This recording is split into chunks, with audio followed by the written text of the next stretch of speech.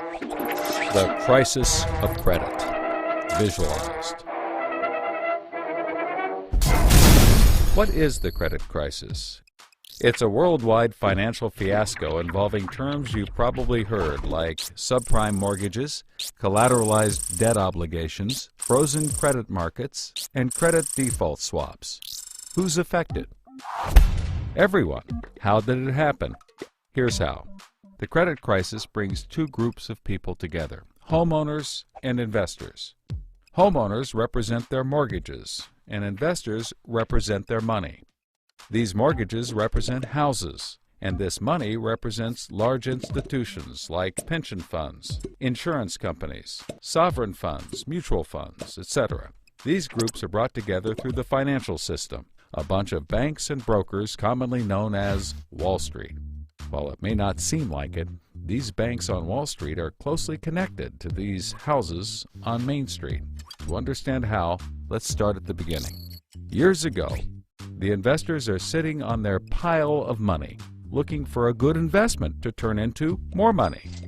Traditionally, they go to the U.S. Federal Reserve, where they buy treasury bills, believed to be the safest investment. But in the wake of the dot-com bust in September 11th, Federal Reserve Chairman Alan Greenspan lowers interest rates to only 1% to keep the economy strong. 1% is a very low return on investment, so the investors say, no thanks. On the flip side, this means banks on Wall Street can borrow from the Fed for only 1%.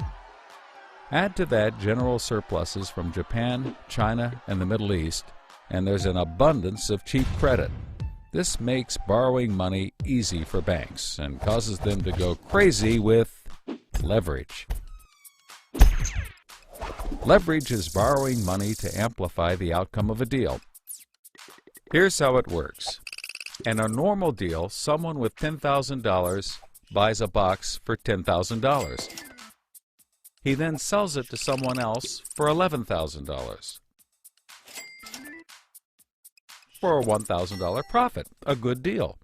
But using leverage, someone with $10,000 would go borrow $990,000 more dollars, giving him $1 million in hand. Then he goes and buys 100 boxes with his $1 million and sells them to someone else for $1,100,000. Then he pays back his $990,000 plus $10,000 in interest.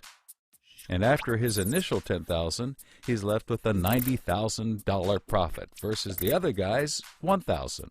Leverage turns good deals into great deals. This is a major way banks make their money. So Wall Street takes out a ton of credit, makes great deals, and grows tremendously rich, and then pays it back.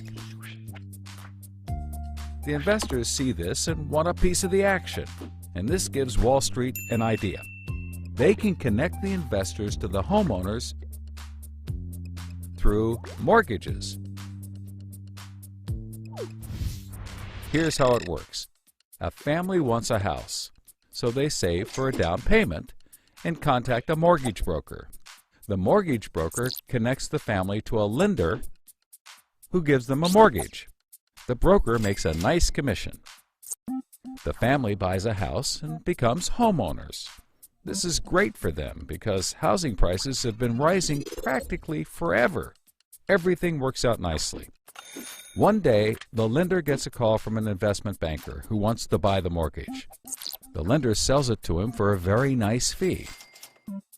The investment banker then borrows millions of dollars and buys thousands more mortgages and puts them into a nice little box. This means that every month he gets the payments from the homeowners of all the mortgages in the box. Then he sicks his banker wizards on it to work their financial magic, which is basically cutting it into 3 slices: safe, okay, and risky. They pack the slices back up in the box and call it a collateralized debt obligation, or CDO. A CDO works like 3 cascading trays. As money comes in, the top tray fills first, then spills over into the middle, and whatever is left into the bottom. The money comes from homeowners paying off their mortgages. If some owners don't pay and default on their mortgage, less money comes in and the bottom tray may not get filled. This makes the bottom tray riskier and the top tray safer. To compensate for the higher risk, the bottom tray receives a higher rate of return, while the top receives a lower, but still nice return. To make the top even safer, banks will insure it for a small fee called a credit default swap. The banks do all of this work so that credit rating agencies will stamp the top slice as a safe, AAA rated investment, the highest, safest rating there is. The OK slice is BBB, still pretty good, and they don't bother to rate the risky slice. Because of the AAA rating, the investment banker can sell the safe slice to the investors who only want safe investments. He sells the OK slice to other bankers, and the risky slices to hedge funds and other risk takers. The investment banker makes millions. He then repays his loans. Finally, the investors have found a good investment for their money, much better than the 1% Treasury bills. They're so pleased they want more CDO slices. So the investment banker calls up the lender, wanting more mortgages. The lender calls up the broker for more homeowners, but the broker can't find anyone. Everyone that qualifies for a mortgage already has one, but they have an idea.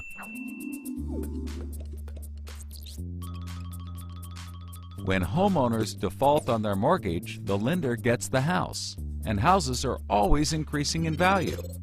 Since they're covered if the homeowners default, lenders can start adding risk to new mortgages, not requiring down payments, no proof of income, no documents at all. And that's exactly what they did. So instead of lending to responsible homeowners, called prime mortgages, they started to get some that were, well, less responsible. These are subprime mortgages. This is the turning point. So, just like always, the mortgage broker connects the family with a lender and a mortgage, making his commission. The family buys a big house. The lender sells the mortgage to the investment banker, who turns it into a CDO and sells slices to the investors and others. This actually works out nicely for everyone and makes them all rich. No one was worried because as soon as they sold the mortgage to the next guy, it was his problem. If the homeowners were to default, they didn't care. They were selling off their risk to the next guy and making millions, like playing hot potato with a time bomb. Not surprisingly, the homeowners default on their mortgage, which at this moment is owned by the banker. This means he forecloses and one of his monthly payments turns into a house. No big deal. He puts it up for sale. But more and more of his monthly payments turn into houses. Now there are so many houses for sale on the market, creating more supply than there is demand, and housing prices aren't rising anymore. In fact, they plummet. This creates an interesting problem for homeowners still paying their mortgages. As all the houses in their neighborhood go up for sale, the value of their house goes down, and they start to wonder why they're paying back their $300,000 mortgage when the house is now worth only $90,000. They decide that it doesn't make sense to continue paying, even though they can afford to, and they walk away from their house. Default rates sweep the country and prices plummet. Now the investment banker is basically holding a box full of worthless houses. He calls up his buddy the investor to sell his CDO, but the investor isn't stupid and says, no thanks. He knows that the stream of money isn't even a dribble anymore. The banker tries to sell to everyone, but nobody wants to buy his bomb. He's freaking out because he borrowed millions, sometimes billions of dollars to buy this bomb, and he can't pay it back. Whatever he tries, he can't get rid of it. But he's not the only one. The investors have already bought thousands of these bombs.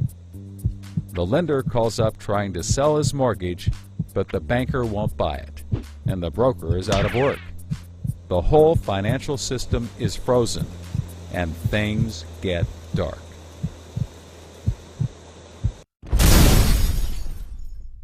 Everybody starts going bankrupt.